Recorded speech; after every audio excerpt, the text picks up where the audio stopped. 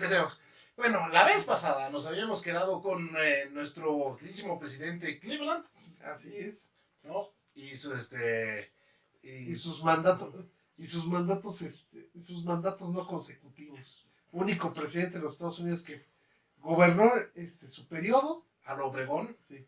Perdió la elección con Benjamin Harrison, que Harrison es el que da el cierre final a la conquista del oeste en Estados Unidos al nombrar. Con él se acaban las guerras indias. Al abrir el territorio indio de Oklahoma a la colonización blanca. Aún así, Oklahoma sigue siendo digamos lo que es la península de Yucatán para México, el territorio con mayor población. Yo diría que más bien como Oaxaca, ¿no?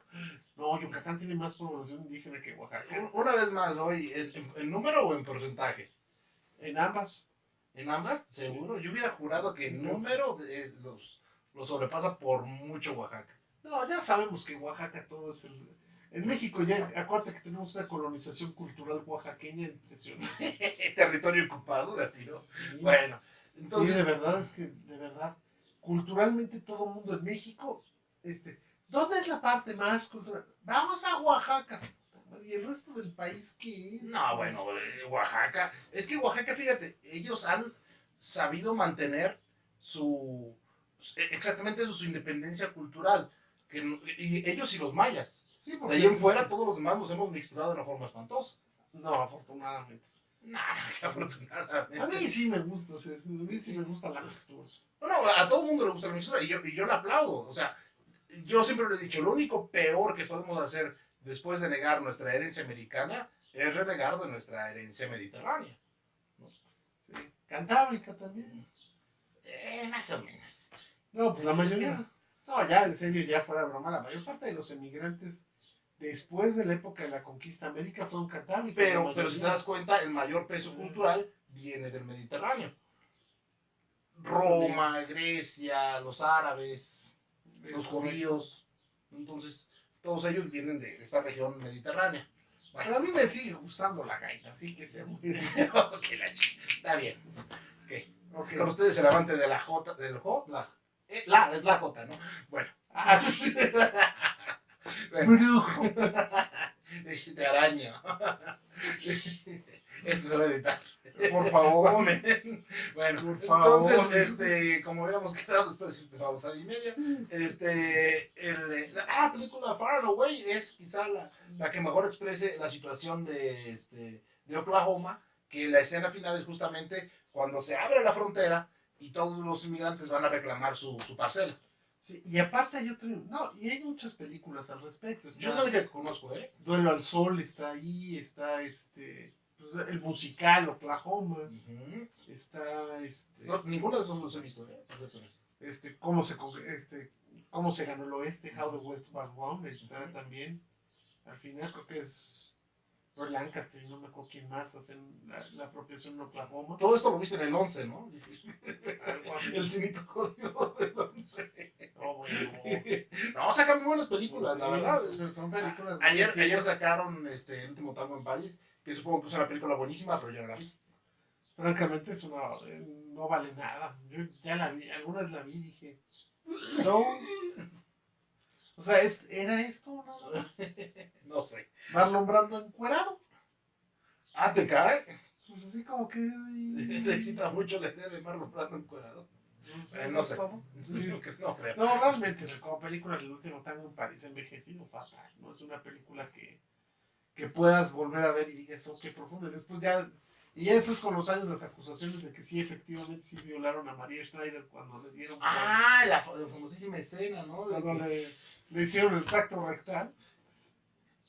Peor que la película esta de Irreversible, con esta Mónica Bellucci, que esa escena es hiper mega real, cabrón.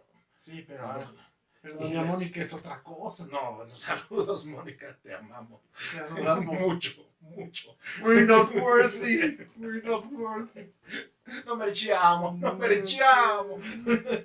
Bueno, entonces, se da esta conquista del oeste, ¿no? Y habíamos entrado ya a la época de los grandes inventos estadounidenses. Y es aquí donde Estados Unidos da el salto bueno, un paso más para volverse la gran potencia que es, ¿no? El fomento a la inventiva, la protección de la propiedad intelectual, ¿no? Y todos los esfuerzos científicos en pro de la vida humana, ¿no? Para mejorarla, extenderla y hacerla más llevadera. Miren, yo considero que esa actitud en Estados Unidos es impresionante porque en el desarrollo científico y sobre todo tecnológico de Estados Unidos, más allá de la ciencia, porque no era lo que sería ciencia pura, o sea, Es ciencia que ellos tienen ese sentido pragmático de las cosas. de la ciencia también. Sí, sí, sí. Entonces, es impresionante que, por ejemplo, desarrollan el telégrafo, El teléfono. el teléfono, ahora sí que el teléfono y la luz, Tal cual. ¿sí? Y vemos que hay gente como Alexander Graham Bell, que era escocés, Samuel Morse, y sobre todo creo que el gran inventor de los Estados Unidos, que es Thomas Alva Edison. Que existen rumores, ¿no?, muy inconfirmables de que tenía orígenes zacatecanos, pero lo que sí es cierto es la gran incógnita de su padre. Pues sí, pero pues ya sabes que padre solo hay uno. Así es, y se fue por cigarros, sí, no volvió. No volvió. Digo, aparte de todo, Edison era sordo. Era sordo, ¿no? Quedó desde muy temprana edad sordo. Sí. Tenía orígenes muy humildes, pero un tipo muy ambicioso y muy greedy. Era... Sí, muy codicioso. Muy codicioso, sí, sí, sí. Como diría el Pato Lucas, muy avariento. Y por supuesto el gran científico de los hipsters, ¿no? El señor Tesla. Nikola Tesla. Pero lo que es impresionante es que Estados Unidos, más allá de que haya habido ese boom de científicos y técnicos desarrollando cosas, es que muchos de ellos se fueron de Europa a Estados Unidos para desarrollarlo. Guillermo Marconi, Enrico Fermi, y Estados Unidos sigue actuando de esa misma manera. Claro, de tomar, y es una actitud que ha copiado y la está llevando muy al extremo China, ¿no? De tomar los inventos del mundo y llevarlos al siguiente nivel, tanto en producción como en concepto. Para decirles algo que es quizá el ejemplo de oro, es el cinematógrafo. El cinematógrafo fue inventado en Francia, fue desarrollado en Francia, pero el gran boom del cinematógrafo va a ser definitivamente Estados Unidos, con las invenciones, las mejoras que le va a poner Edison, ¿no? Y después el muy exitoso intento de no pagarle las patentes, yéndose muy lejos de él, ¿no?, a California, para poder escapar de su cobro de regalías. Entre los bosques de Haya y los naranjales, crearon un lugarcito llamado Hollywood. Que Hollywood no es Bosque Santo.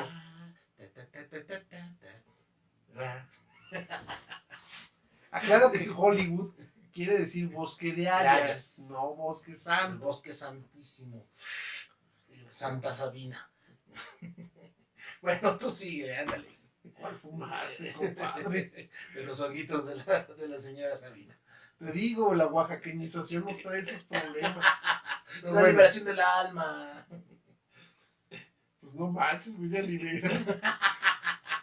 Bueno, pero la cosa aquí es que Estados Unidos da ese paso, y aparte, los gobiernos de Estados Unidos son famosos por poco intervencionistas en estas circunstancias, lo cual desarrolló también un problema que a la larga no fue tan bueno, que fue el desarrollo de los grandes trusts.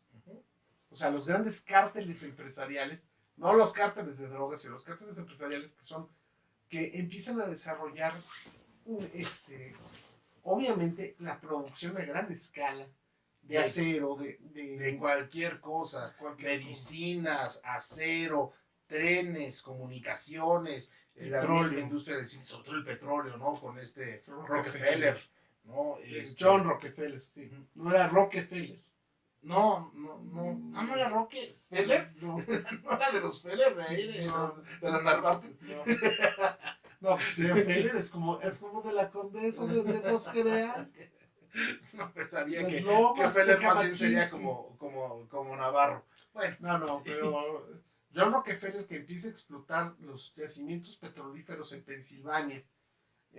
Rápidamente salta a Texas. salta a Texas y salta a California también. Salta a México. Y empieza a desarrollar las explotaciones petroleras a gran escala a nivel mundial.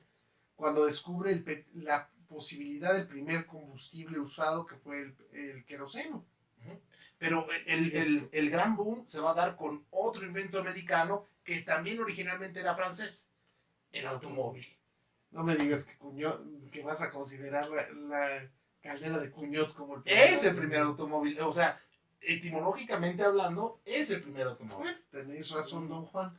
Pero sí, el primer automóvil serio es desarrollado por Henry Ford porque desarrolla un motor barato que consume la escoria de todo lo que deja el petróleo, que es la gasolina. La gasolina. Y ahí me voy a permitir interrumpirte y no estar de acuerdo contigo. Yo pienso que los que van a tomar el auto muy, muy en serio, después de los franceses, el invento francés, van a ser los alemanes y los ingleses. Exacto. Con diésel, ¿no? Entonces, diésel va a... Con Rudolf Diesel.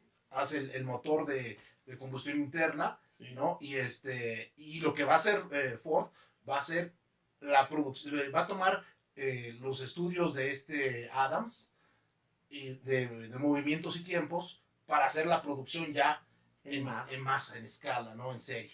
Crea algo Ford, una filosofía que a la fecha me parece muy sensata, que creó matar a los pinches empleados que no estén de acuerdo. Al contrario. Ford lo que desarrolló fue un modelo de negocio en donde sus empleados pudieran comprar los propios automóviles. Por supuesto, eso sí lo desarrolló él. Sí. Se opuso al sindicalismo, pero Ford es el primer gran empresario que considera el elemento humano no como una parte más de la maquinaria. El siglo XIX las condiciones laborales eran espantosas. En Inglaterra, pues todos los cuentos de este muchacho, ¿cómo se llama? De Dickens. Sí, no, son espantosos. Y son esta época victoriana, ¿no? Ya en plena industrialización de Inglaterra, que muestran al ser humano como un engrane más de la gran maquinaria de producción. Sí, y las condiciones laborales empiezan a cambiar. También la ola de huelgas que nace del desarrollo del anarquismo. Uh-huh. La cuestión es que la reacción por parte del gobierno y de las autoridades en Estados Unidos en un principio fue totalmente antiobrera y no pocas veces hubo rompedores de huelgas contratados particularmente entre el AMPA o en la intervención directa del ejército de los Estados Unidos para acabar con las huelgas. Sí, la represión del 1 de mayo en Chicago fue lo que desató el gran movimiento obrero y desde entonces el 1 de mayo se celebra el Día del Trabajo. En todo el mundo, excepto en Estados Unidos, que es el tercer sábado de septiembre. Una cosa así. No, el chiste es que ellos no van a reconocer a los mártires de Chicago como los precursores de este gran movimiento obrero, ¿no? Y también va a haber otros muchachos que van a estar ahí involucrados. Bueno, más adelante ya en el siglo XX, Sacco y Vanzetti también. Bueno, Sacco y Vanzetti fue un escandalito de otro tipo y lo vamos a platicar. Bueno, sí, no los mataron por revoltosos, por obreros, los mataron por homicidas, pero bueno, después lo vamos platicando. We're going to see about that. Okay. Pero aquí el punto importante es que durante todo el final del siglo XIX el gobierno de los Estados Unidos siempre va a apoyar a las patronales. Esta situación va a empezar a cambiar en el siglo XX con uno de los un gran presidente que tuvo Estados Unidos, del cual hablaremos más adelante. Cuando termina el segundo mandato de Grover Cleveland, que es el único demócrata en toda esa época de presidentes republicanos, sí, vuelven a elegir a otro republicano que es William McKinley. Y McKinley es una persona que es el último presidente que combatió en la guerra civil de los Estados Unidos. Y McKinley pues, es un presidente altamente conservador, fomenta los aranceles, fomenta el proteccionismo a la industria americana. Y en este tiempo, en muchas cosas Estados Unidos comienza como a aislarse del mundo. Sí, Estados Unidos entiende que tiene funciones que no van a involucrarse en los relajos que traen las potencias europeas. Sin embargo, McKinley tiene otra visión. McKinley busca empezar a crear, a darle la calidad a Estados Unidos de potencia internacional.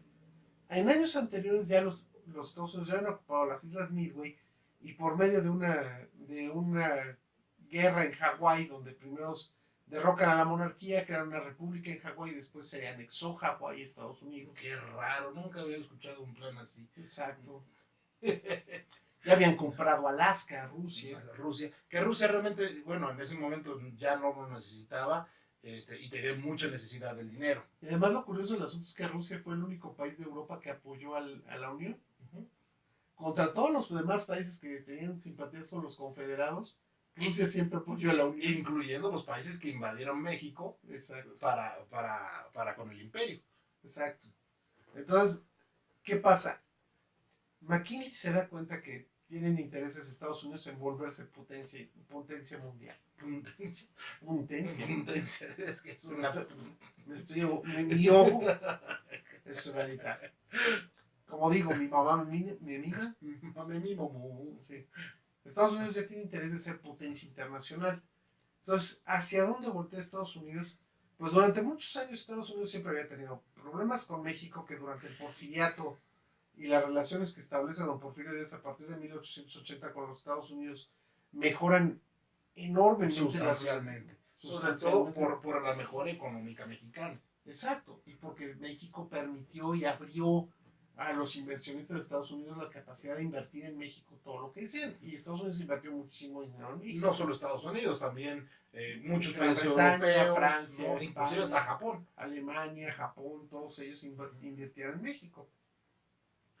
Pero McKinley tiene otro punto que es complicado para la vida americana, que es la isla de Cuba. Cuba en 1898 era colonia española. Y no era la única, bueno, ella y Puerto Rico. Puerto Rico y muchas islas en el Pacífico y las Filipinas también. Las Filipinas, que eran un lugar súper estratégico para el comercio en general, porque la cantidad de islas que tiene las Filipinas y el es el paso intermedio entre China y América. Y Oceanía también. Así como tramposamente para llegar a Europa nos vamos hacia el norte y después volvemos a bajar, así lo mismo se sube hacia el norte, ¿no? Y es más fácil encontrar islas donde reabastecerse sobre el archipiélago de las Filipinas para poder llegar a China y a Australia, ¿no? Y a Japón también. Y a Japón, por supuesto. Ahora, ¿qué pasa? Cuba es una fuente permanente de insurrecciones y problemas para España desde 1868, cuando Carlos Manuel de Céspedes Todo es un misterio. No, chico, es Francisco. Bueno, perdón.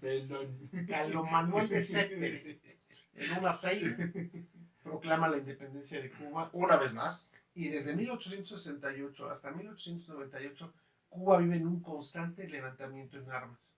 España hace la abolición de la esclavitud, concede, pero a la vez España, hacia fines de los años 90 del siglo XIX, España desata una represión seria contra los independentistas, en la mano del general Valeriano Weyler. Weyler es es un duque de Alba del siglo XIX con sus respectivas reservas, guardando las debidas proporciones. Pero Weyler, como buen general español, no se anda con cuentos. Weyler desarrolla una lucha antiguerrillera que fue copiada y siguió siendo copiada durante todo el siglo XX en todos los países del mundo, en donde operó las reconcentraciones de población y operó con mucha brutalidad y con mucha crueldad. Weyler entraba a los pueblos, sacaba a toda la gente de los pueblos, los concentraba en un corral afuera y decía: quien esté fuera del corral es enemigo y mátenlo. Fuera no es quien fuera. No es la primera vez que eso ocurre, ¿no? Pero Weyler es el que lo patentó, digamos. No, insisto, el formato de guerra de guerrillas, a mi gusto, es básicamente invencible, pero vamos a admitir que los intentos internos cubanos por independizarse, todos van a ser infructuosos. Exacto. Hasta que Estados Unidos protesta constantemente y de Estados Unidos se financian muchos grupos independientes, ¿no?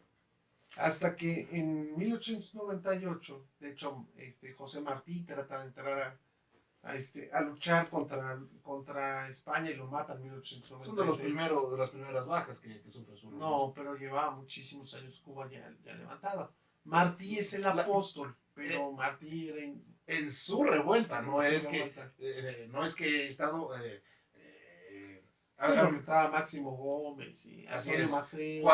Cuando él inicia su revuelta, la revuelta de Martí, él es uno de los primeritos que cae. Sí, porque Martí aparte era poeta, pero no era soldado. Entonces las primeras de cambio lo bajaron A a plomo. balazos los españoles, ¿no?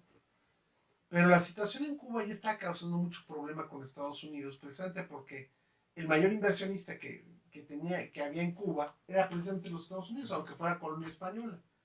Y esto empezó a tensar las relaciones entre España y Estados Unidos. Y entonces Estados Unidos empezó, en uso de la política usual que le gustaba, Básicamente buscar una excusa pendeja para sí, echarle la culpa a alguien y empezar la guerra. Y lo van a encontrar en el barco Lusitania. no, el Maine. El Maine, ok. El Maine, que era un barco de guerra, fue enviado a la bahía de La Habana y una noche misteriosamente voló en pedazos. Qué curioso. Lo curioso del asunto es que nadie supo hasta hace muy pocos años que se logró subir el pecio del Maine, que la explosión fue interna. Hacia afuera. No fue que el Maine haya tocado una mina española. Pero eso no fue atacado, pues. Eso desató la histeria y los periódicos de Estados Unidos, que ya en ese entonces eran altamente influyentes, especialmente los dirigidos por Joseph Pulitzer y muy en particular por William Randolph Hearst, desatan la histeria y hacen que Estados Unidos le declare la guerra a España. En el momento que Estados Unidos le declara la guerra a España, todo el mundo en Europa pensó que España le iba a ganar la guerra. ¿En serio? ¿Oh? Sí. Qué Nadie optimistas. Consideraba que Estados Unidos tuviera nada contra España. ¿En serio? Okay. Los desmintió. Y de fea manera. Y de fea manera. La flota americana del Pacífico salió de Hawái hacia Hong Kong, y de Hong Kong, en menos de lo que canta un gallo, atacaron y tomaron Manila. Deshicieron a la flota española en el Pacífico. Lo hicieron caca. Exacto. ¿No? Pero hay que, una cosa que quisiera tomar en cuenta es que en este caso los soldados estadounidenses no fueron, no maltrataron a sus pares españoles. A sus pares españoles no. Y posteriormente, pues desde Tampa llevaron a cabo la invasión de Cuba y la de Puerto Rico. Con mucho éxito. Con gran éxito. Y ahí se va a manifestar un gran soldado, que después va a ser un gran hijo de perra, que es para todos los que no son estadounidenses. Porque para los Estados Unidos es uno de los grandes presidentes, así es. Pero viéndolo objetivamente, Theodore Roosevelt es la encarnación de la gandallez, como quieres ver. Y las parte y parte. Y la va a pagar justamente con las personas que incendiaron el escenario para que entrara él, que son Pulitzer. Bueno, en parte. Pero ahí te va. Roosevelt es uno de los personajes más interesantes de la historia americana. Sin duda alguna. El hombre era un neoyorquino de una familia famosa en Nueva York, que son los Roosevelt, de origen holandés. Y él era un hombre, tenía posibilidades de hacer cosas, era un hombre de una familia próspera, pero él siempre estaba enfermo en los pulmones. Y sin embargo se casó, tuvo una hija, y su esposa y su hija mueren el mismo día. Eso no lo sabía, fíjate. En ese momento Roosevelt deja Nueva York y se va a vivir a Montana y a Dakota. Se vuelve vaquero durante años. Y con eso recupera la salud. Se vuelve, de hecho, un hombrezazo. Es una montaña humana, el cabrón. Es un tipo hiper fuerte. Sí, un hombre muy fuerte y un hombre después nombrado secretario de Marina, subsecretario de Marina, y después renuncia al nombramiento como secretario de Marina y arma un grupo de voluntarios para combatir en Cuba, los Rough Riders. En Cuba combaten con mucho éxito, toman en la batalla de la colina de San Juan, afuera de Santiago de Cuba, toman Santiago de Cuba y deshacen la fuerza española en Cuba. En la bahía de Santiago es el almirante Cervera, que es el comandante español, sin carbón, sin barcos, sin armas, trata de huir de la bahía de Santiago y los acorazados americanos se dedican a jugar al tiro al blanco con ellos. Y Cervera todavía les pregunta, oiga, ¿va a entregar la flota? Y dice, prefiero, ahora sí que, ¿cómo dijo Cervera? Así, primero sin barcos que sin honor, o algo así. Algo así como que si yo tuviera para que usted no estaría aquí. Algo así. Pero Cervera salió y no dejó que los americanos, prefirió hundir los barcos para no entregárselos a los americanos, o encallarlos. Qué interesante. Sí, el almirante Cervera hizo eso, pero la guerra de 1898 fue una guerra muy corta. Es que estaba perdida desde el inicio, la verdad. Estados Unidos ocupa Guam, ocupa Samoa, ocupa las Filipinas, ocupa Cuba, ocupa Puerto Rico, y en menos de 4 meses Estados Unidos tiene un imperio colonial. Arrebatado ya, era lo último que le quedaba A España, ¿no? Solamente le van a quedar las Canarias. No, le queda Marruecos. Bueno, Marruecos, no tienes razón. Guinea Ecuatorial, y para de contar, no le quedó más. Entonces España pierde en esa guerra todo su imperio colonial, que pasa a manos de los Estados Unidos. Pero a McKinley le duró poco el gusto, porque en la exposición mundial de Buffalo en 1900 había salido reelegido como presidente, nombró como vicepresidente a Theodore Roosevelt, y pues McKinley, saludando a toda la gente como buen presidente americano, no se fijó que había un polaco llamado Leon Czolgosz, Polacos. ¿sí? Que cuando se le acercó le cerrajó 4 tiros y lo mató. No aguanta nada. No aguanta nada. Czolgosz lo capturaron, y él fue de los que estrenó la silla eléctrica, que como Estados Unidos siempre aplicando la tecnología, consideraba que la horca ya era muy anticuada, entonces desarrolló un nuevo método. Lo moderno, lo de hoy. Era la silla eléctrica. Entonces, queda como presidente Roosevelt. Roosevelt es un hombre de claroscuros. Para América Latina es el diablo. ¿Sí? Para muchos otros lugares fue un gran en sus aciertos desarrolló la primera ley antitrust en los Estados Unidos. Que le va a pegar muchísimo precisamente a todas estas industrias que ya hemos platicado, ¿no? Y desarma los grandes trusts de los Estados Unidos. Y eso también va a ayudar al florecimiento económico de Estados Unidos, porque al deshacer los grandes monopolios, comienza a levantarse la competitividad. Y es ahí, a mi gusto, donde comienza a surgir el sueño americano. Exactamente. ¿No? Donde cualquier persona puede atreverse a entrar al mercado a hacer cualquier cosa. Otra más. Roosevelt es el primer presidente que desarrolla políticas a favor de los trabajadores en Estados Unidos. Es el primero que le quita esa fuerza armada del gobierno a la patronal, y desarrolla arbitrajes para resolver las huelgas. Con que se manejaban ya con cierto sentido de justicia. Sí, o sea, Roosevelt es el primer presidente de los Estados Unidos que reconoce a los sindicatos. Roosevelt, aparte, en nivel internacional, es un gran mediador en la guerra entre Rusia y Japón. Roosevelt empieza a desarrollar una política internacional en Estados Unidos, donde lo mete dentro del mapa de las potencias mundiales. Si ya desde antes era una potencia en ciernes, con Roosevelt ya explota, por lo menos Estados Unidos ya es considerado en Europa. Exacto, ya Estados Unidos ya empieza a tener intereses importantes en China, intereses importantes en Filipinas.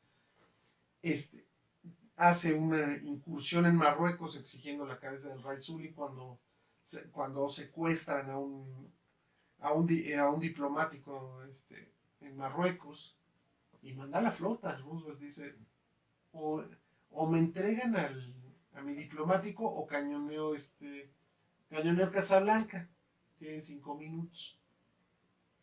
Roosevelt también es famoso porque tiene una frase que fue demoledora y que desde ese entonces en Estados Unidos, para Latinoamérica, ha sido la manera de decir. No, pues es básicamente, con Roosevelt se estrena la gran influencia estadounidense en América Latina. Antes, Estados Unidos estaba limitado su influencia básicamente a México.